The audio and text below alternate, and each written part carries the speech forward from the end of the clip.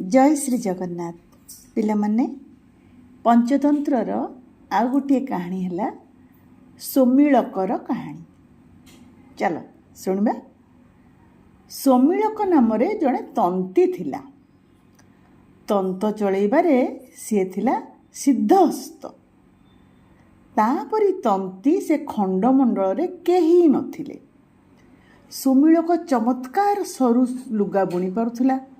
मठा लुगा बुणीबारे से थिला अद्वितीय।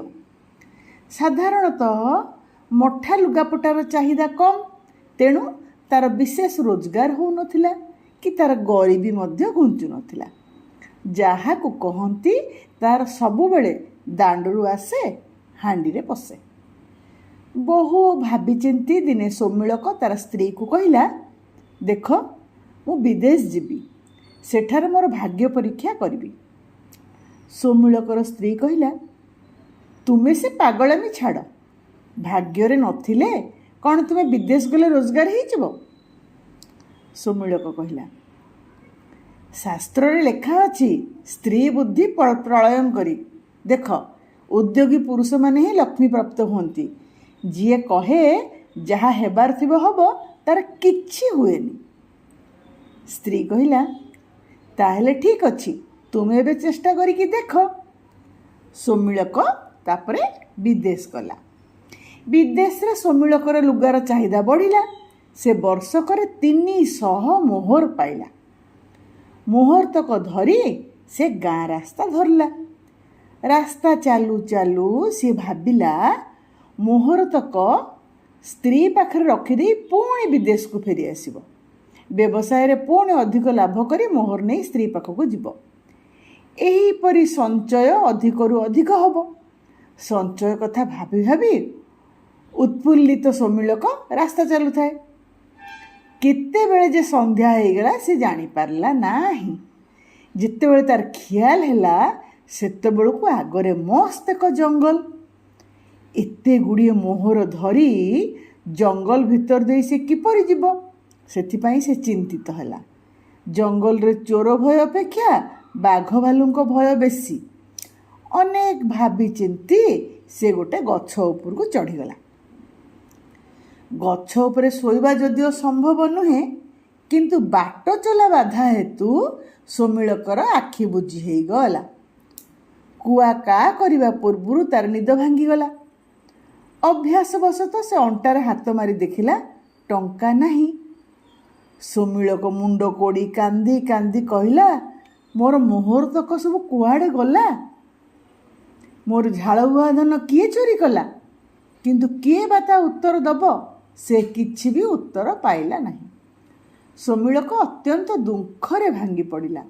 मुंडरे हाथ देई सी बसी रहिला।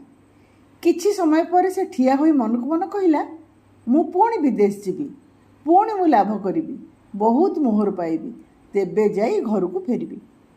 सोमिलक पुणी विदेश को गला। वर्षे काल सहर रे रही कठोर परिश्रम कला एवं श्रमर उपयुक्त मूल्य भी से पाइला। सेही वर्ष से 500 मोहर पाइला। एथरक से जंगल रास्ता दे आ फेरलानी।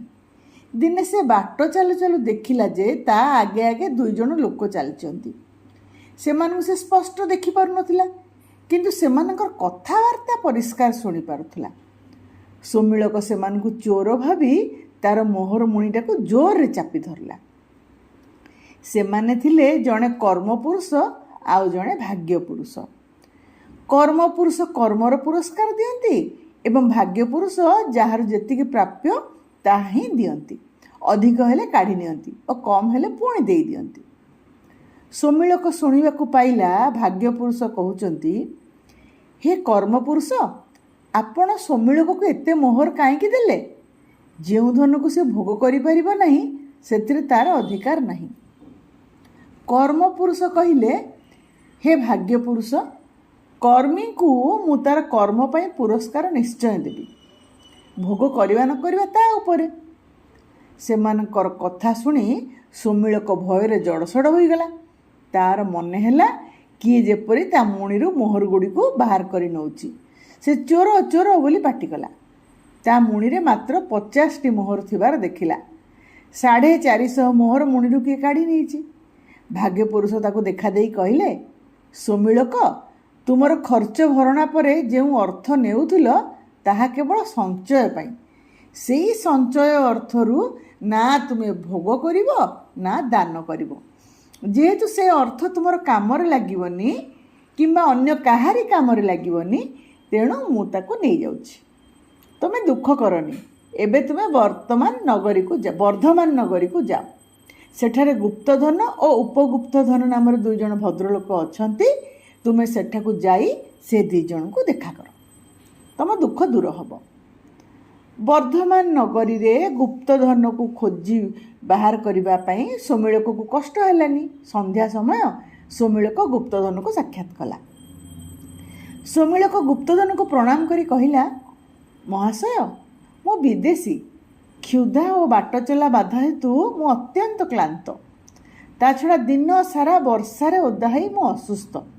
ଦୟାକରି ଆଜି ରାତିକ ଆପଣଙ୍କ ଘରେ ଆଶ୍ରୟ ଦେଇ ମୋତେ ବଞ୍ଚାନ୍ତୁ। ଗୁପ୍ତଧନ କହିଲେ, ମୁଁ ଅତିଥିଙ୍କୁ ପସନ୍ଦ କରେନି, ତୁମେ ଅନ୍ୟ ରାସ୍ତା ଦେଖ। ସୋମିଳକ କହିଲା, ଏଭଳି ଝଡ଼ ବର୍ଷାରେ ମୁଁ କୁଆଡ଼େ ଯିବି? ମୁଁ ବିଦେଶୀ। ଏ ନଗରରେ ମୋତେ କିଏ ଆଶ୍ରୟ ଦେବ? କଥାବାର୍ତ୍ତା ଶୁଣି ଗୁପ୍ତଧନଙ୍କ ସ୍ତ୍ରୀ ଆସି ସେଠି ପହଞ୍ଚିଲେ। ପହଞ୍ଚିକି ସେ କହିଲେ, ଆମେ ସ୍ଥାନ ଦେଇପାରିବୁନି। କିଏ ନା କିଏ, କିଛି ଠିକଣା ନାହିଁ। ତା ଛଡ଼ା ଆମର ରନ୍ଧାବଢ଼ା ବି ସରିଛି। ଏ ଝଡ଼ ବର୍ଷାରେ ପୁଣି ଥରେ କିଏ ରାନ୍ଧିବ?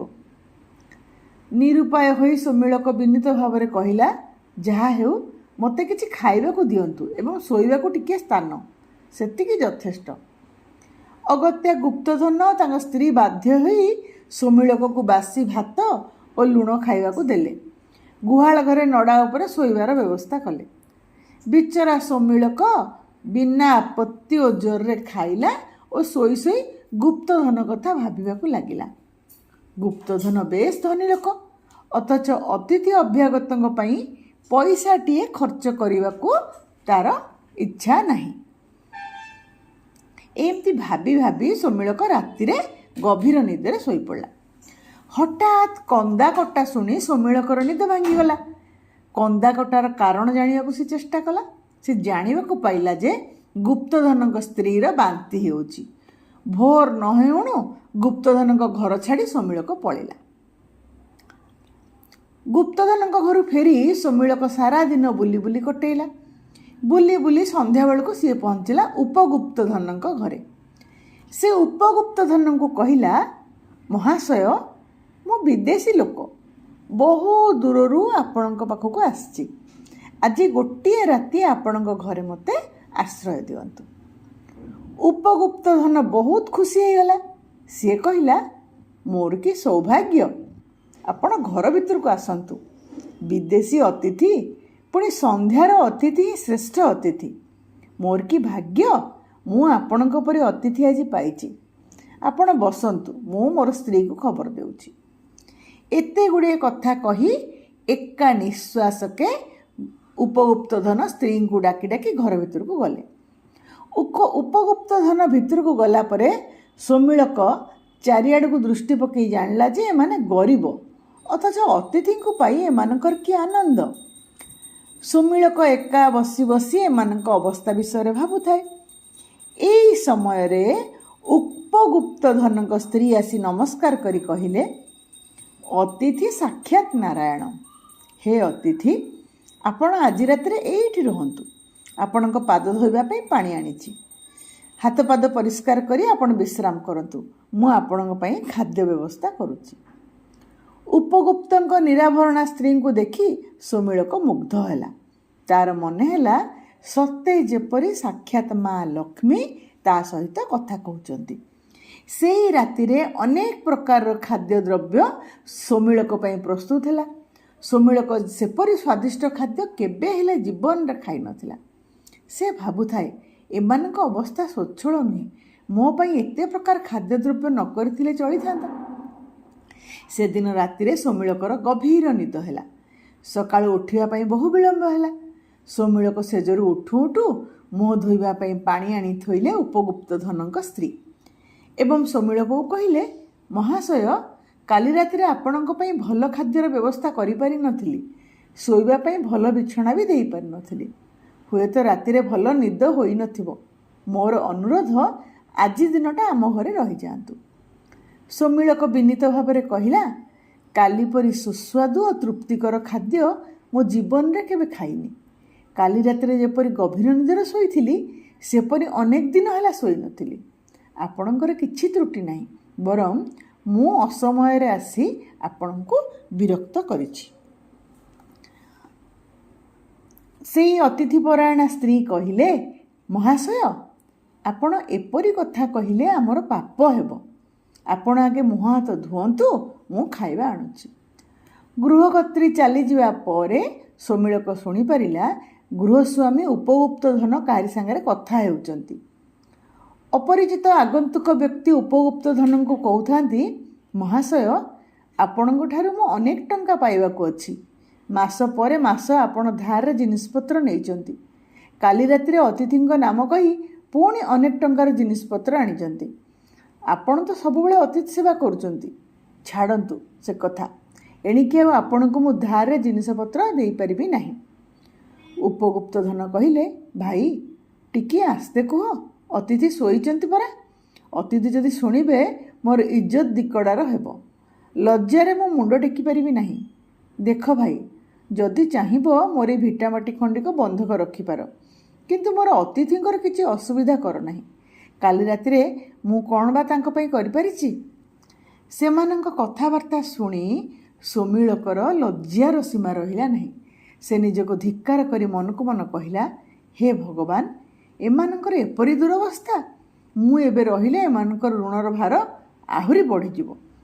ଉପଗୁପ୍ତ ଧନ ତାଙ୍କର ସ୍ତ୍ରୀ ଉଦ୍ଦେଶ୍ୟରେ ପ୍ରଣାମ ଜଣାଇ ବାଡ଼ି ଦୁଆର ବାଟେ ସୌମିଳକ ବାହାରି ପଡ଼ିଲା। ଆଖପାଖରେ କାଳେ କିଏ ଦେଖିନେବ, ସେଥିପାଇଁ ସୌମିଳକ ଜୋରରେ ଜୋରରେ ଚାଲିବାକୁ ଲାଗିଲା। ସୌମିଳକ ଅଳ୍ପ କିଛି ଦୂର ଗଲା ପରେ 5-6 ଜଣ ବଳିଷ୍ଠ ଲୋକ ଆସି ତାକୁ ପଚାରିଲେ, ମହାଶୟ, ଉପଗୁପ୍ତ ଧନଙ୍କ ଘରଟା କେଉଁଠି କହିପାରିବେ କି? ରାଜା ଉପଗୁପ୍ତ ଧନଙ୍କ ପାଇଁ ଚାଉଳ, ଡାଲି, ଅଟା, ଘିଅ ଇତ୍ୟାଦି ମାସିକ ଖର୍ଚ୍ଚ ନିମନ୍ତେ ପଠାଇଛନ୍ତି। ସୌମିଳକ ଆଶ୍ଚର୍ଯ୍ୟ ହେଲା। ଉପଗୁପ୍ତ ଧନଙ୍କ ଘରକୁ ଆଙ୍ଗୁଠି ଦେଖାଇ ସୌମିଳକ ସେମାନଙ୍କୁ ପଚାରିଲା, ରାଜା ଏଇସବୁ ଜିନିଷ କାହିଁକି ପଠାଇଛନ୍ତି? ସେ ଲୋକମାନେ କହିଲେ, ରାଜା ଏପରି ପ୍ରତି ମାସରେ ଅତିଥି ଅଭ୍ୟାଗତଙ୍କର ଚର୍ଚ୍ଚାବାର୍ଚ୍ଚା ପାଇଁ ପଠାନ୍ତି। ଏହା ଏଇ ମାସ ପାଇଁ। ଏହି ସମସ୍ତ କଥା ଭାବୁ ଭାବୁ ସୌମିଳକ ଆଉ କିଛି ବାଟ ଆଗେଇଲା। ଏହି ସମୟରେ କର୍ମପୁରୁଷ ଓ ଭାଗ୍ୟପୁରୁଷ ସୌମିଳକକୁ ଦେଖାଦେଇ କହିଲେ, ସୌମିଳକ, ଏବେ ତୁମେ କି ଶିକ୍ଷା ପାଇଲ? ସୌମିଳକ କହିଲା, ଦାନ ପରି ବସ୍ତୁ ଦୁନିଆରେ ନାହିଁ। ତା ଛଡ଼ା ଅର୍ଥ ସଞ୍ଚୟ ଅପେକ୍ଷା ଖର୍ଚ୍ଚ କରିବା ଭଲ। ଭାଗ୍ୟପୁରୁଷ ପଚାରିଲେ, ସୌମିଳକ, ଧନ ପାଇଲେ ତୁମେ କ'ଣ କରିବ? ସୌମିଳକ ଉତ୍ତର ଦେଲା, ଦାନ କରିବି, ଭୋଗ କରିବି। ଭାଗ୍ୟପୁରୁଷ କହିଲେ, ତାହେଲେ ତୁମେ ଏବେ ତୁମର ମୋହର ଗୁଡ଼ିକ ନିଅ। ତାହେଲେ ପିଲାମାନେ, ଆମେ ଏଥିରୁ କ'ଣ ଶିଖିଲେ? ଲୋଭ କରିବାନି, ଅନ୍ୟକୁ ଦାନ ସାହାଯ୍ୟ କରିବା, ନାଇଁ କି? ଉପଗୁପ୍ତର ସ୍ତ୍ରୀର କେମିତି ବାନ୍ତି ହେଲା? ସେମାନେ ସବୁ ଭୁଲ କାମ କଲେ, ପାପ କାମ କଲେ, କିନ୍ତୁ ଅନ୍ୟ ଜଣଙ୍କୁ କେମିତି ଧନ ମିଳିଲା? ସେମାନେ ଭଲ କାମ କଲେ, ପୁଣ୍ୟ କାମ କଲେ। ତେଣୁକରି ଯେତିକି ଖର୍ଚ୍ଚ କରିବା, କିଛି ଦାନ ମଧ୍ୟ କରିବା। ଭୋଗ ତ କରିବା, କିଛି ଦାନ ମଧ୍ୟ କରିବା। ହଉ ପିଲାମାନେ, ମୋ ସହିତ ଯୋଡ଼ି ହେଇ ରୁହ, ଆହୁରି ଗପ ଶୁଣେଇବି।